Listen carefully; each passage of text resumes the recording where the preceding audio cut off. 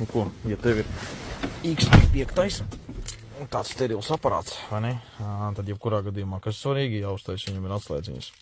Šī gadījumā, redz, tā oriģinālā ir tāda, viņa tāda, viņa nav flipcase, jā. Viņa durās, sperās, tas saucamais rombiks, jā.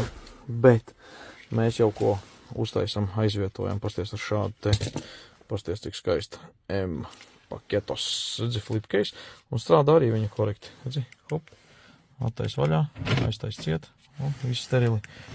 Un vēl jau vairāk, kas ir labi, arī tāpatās, protams, ka viņš ir flips, tā atver vaļā, un tev, principā, nav vairāk tā problēma, ka kaut kas sperās un durās kabatā. Tā kā, ja interesē atslēdziņa, zvani raksti, sakārtosim.